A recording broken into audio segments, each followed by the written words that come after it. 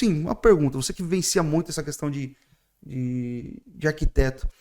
Hoje, assim, qual as principais dúvidas dos arquitetos quando fala de ar-condicionado, assim? Quando você vai conversar com eles, que assim, tem muito arquiteto que já é cascudo, que já conhece bastante, mas essa galera que tá começando, quais são as principais dúvidas dos arquitetos em relação ao ar-condicionado? Nossa, tem muitas. Uma que eu adoro falar, que todo mundo sempre fica, ué, não sabia? É que o ar-condicionado não renova o ar do ambiente. Ele acha que a condensadora joga o ar para a evaporadora, então tá sempre entrando, que a evaporadora joga o ar que está lá dentro para fora e a condensadora joga o ar que está lá fora para dentro. Ele acha que existe essa troca. Aí eu, Entendi. não, mas é muito, não é pouco não. Até uns mais experientes. Quando vem um projeto assim, vamos lá, uma casa grande, vamos fazer dotado, vamos fazer não sei o quê, a gente fala, tem que ter renovação de ar aqui. Aí fala, mas como assim renovação de ar? O ar já não entra e sai? Né? Não. Aí eu vou e explico, olha, é um ciclo e quem faz a troca é o fluido que está passando na tubulação. Aqui tem um ventilador na evaporadora que vai soprar o ar frio, a serpentina passando o gás frio, e lá fora ele vai jogar, o ventilador vai empurrar também da serpentina com fluido quente. Aí fica assim, sabe, tipo em choque. Como se... Nossa, como pode isso? Não, eu achei que ia flutuar. Eu falei, caramba. E assim, é muito comum, mas tem muitas outras dúvidas. Nossa. E renovação de ar é uma coisa que tem que falar, porque qual que é o benefício da renovação de ar? O que é a renovação de ar? Eu pego o ar de fora do ambiente, passo por um sistema de filtragem e faço a insuflação dentro do ambiente. Então eu sempre faço com que o meu ar ambiente esteja melhor que o ar de fora. Sim.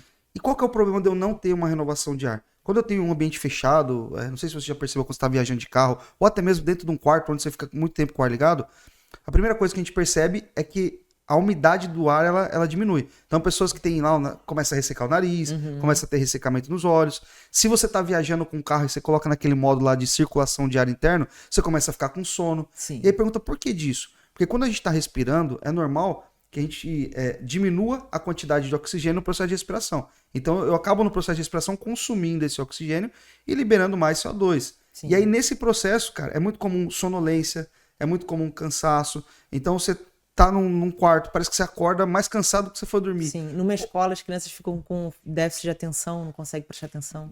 Por exemplo, numa escola isso é fantástico. Agora, por exemplo, numa indústria, você vê os funcionários diminuindo produtividade.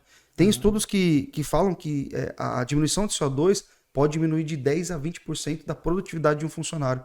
Então imagina você pega uma empresa com escritório com 50 pessoas e você tira 10 a 20% de produtividade só por questão da falta de renovação. É muita coisa. Então é importantíssimo sempre nos projetos você atender às legislações vigentes e sempre trazer renovação. A renovação ela não é só uma questão de, o cheiro do ambiente vai ficar melhor, não.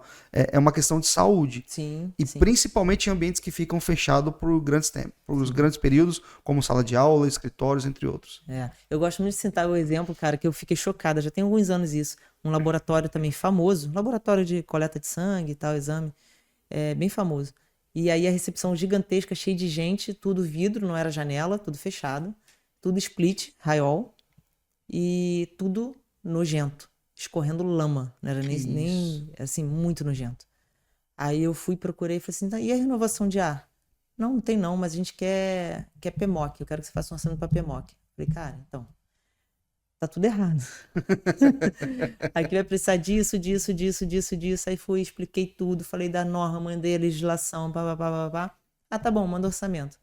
E aí nada do retorno, né? Eu fiquei atrás perguntando. Quando eu consegui um retorno, a pessoa falou assim, não, então, é que o seu orçamento ficou o dobro do outro.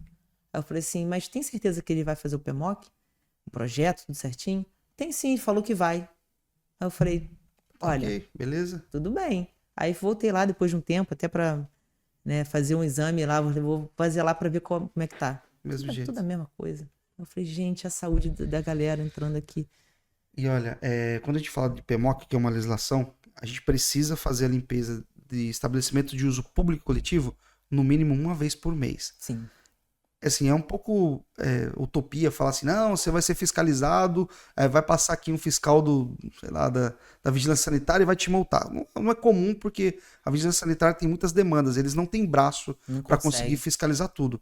Então, geralmente é por denúncia ou quando a gente tem um problema. E qual é o problema? Por exemplo, soube de uma empresa em São Paulo que o funcionário ele trabalhou muito tempo na empresa, ele tinha um problema respiratório, mas quando ele saiu da empresa, ele alegou que ele contraiu o problema respiratório dentro da empresa. Nossa. E aí, o ônus da prova é da empresa. Ó, o cara falou, saiu aqui, tá aqui o laudo que ele tem um problema respiratório, e ele falou que ele adquiriu esse problema dentro da empresa.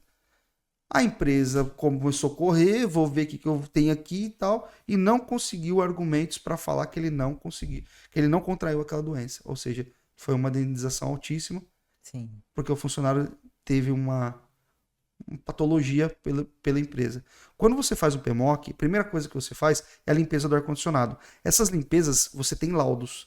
Então, toda limpeza que você faz, o técnico vai lá, ó, limpei, tira uma foto, coloca ali no relatório e pede para alguém assinar.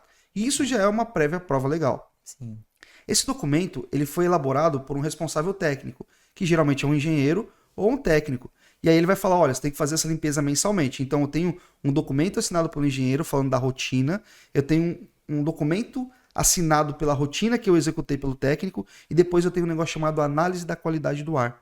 Nessa análise da qualidade do ar, eu vou pegar com um instrumento de medição através de um laboratório, tá? Então, um laboratório específico, ele vai lá a 1,5 m de altura, pega o equipamento, faz a medição e ele verifica CO2, aerodispersóides, que são particulados que eu tenho no ambiente, se eu tenho algum tipo de patologia ali ou algo que pode gerar uma doença respiratória para alguém, e aí eu gero um laudo também. Então, eu tenho o respaldo do engenheiro, respaldo do executante, que é o técnico de refrigeração, e o respaldo de um exame, que é esse relatório da análise da qualidade do ar.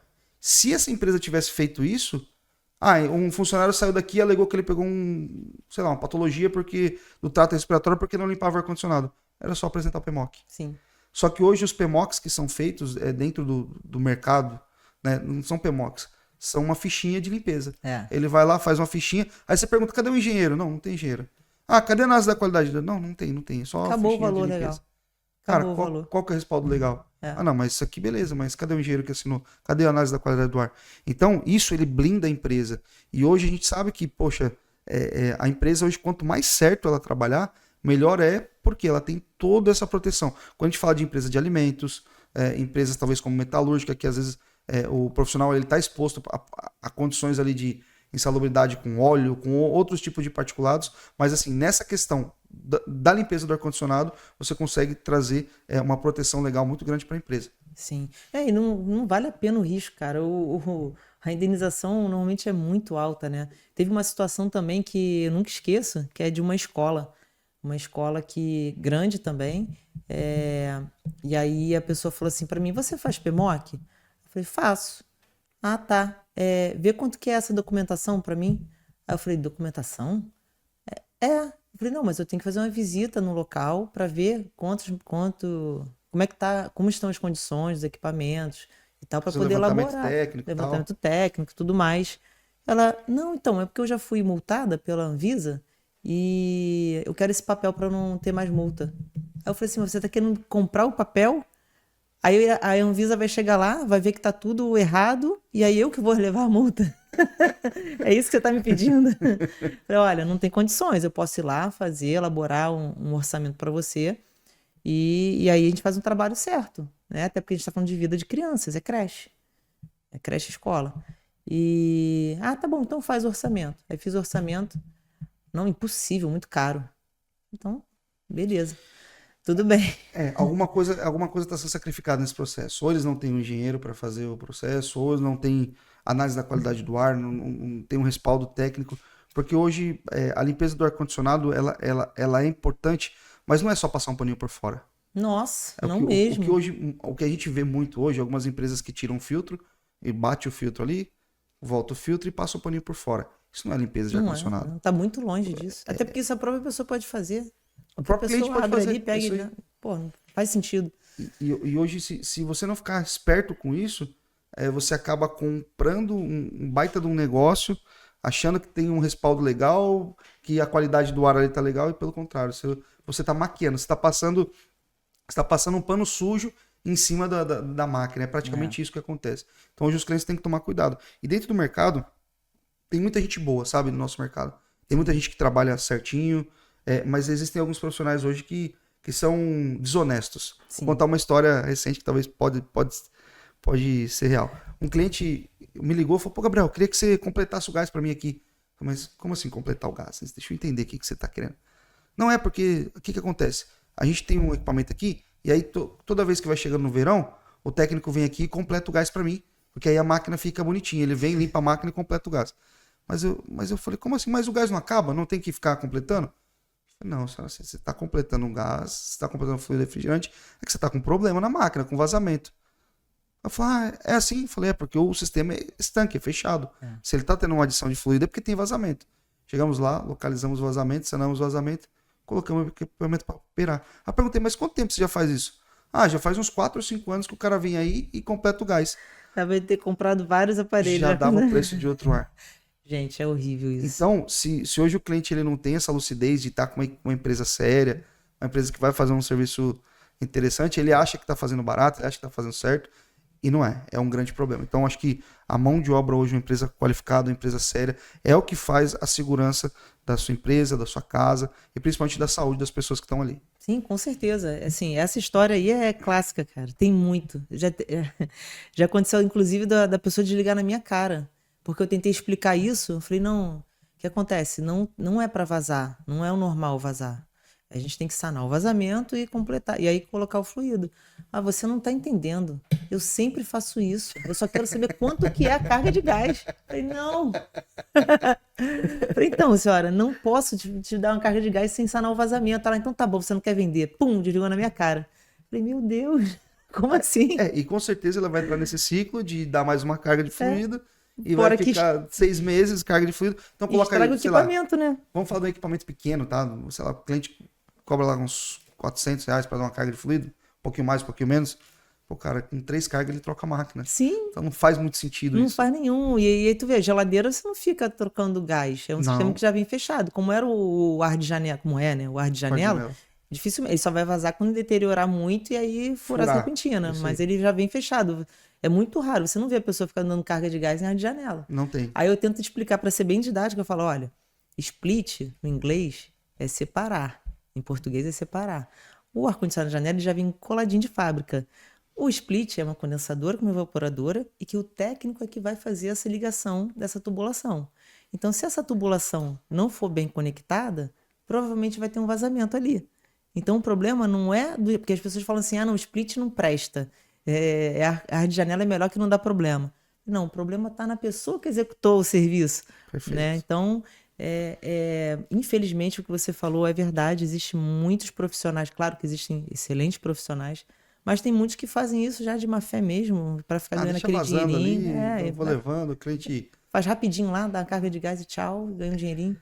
Às vezes o cara assim, por que é mais caro talvez um procedimento correto? Porque o técnico ele tem algumas etapas. Então a primeira das etapas ele vai ter que localizar o vazamento. Como é que ele localiza? Ele vai ter que pegar um nitrogênio, um cilindro de nitrogênio e aplicar pressão. Então, alguns técnicos não tem nem o cilindro de nitrogênio. Não tem. Aí já começa por aí. Pô, aí o cara como é que testa? Não, eu dou um jeitinho aqui e testa. Beleza. Cada um trabalha de uma forma, mas a forma correta é essa. Então, você já tem esse custo com o nitrogênio.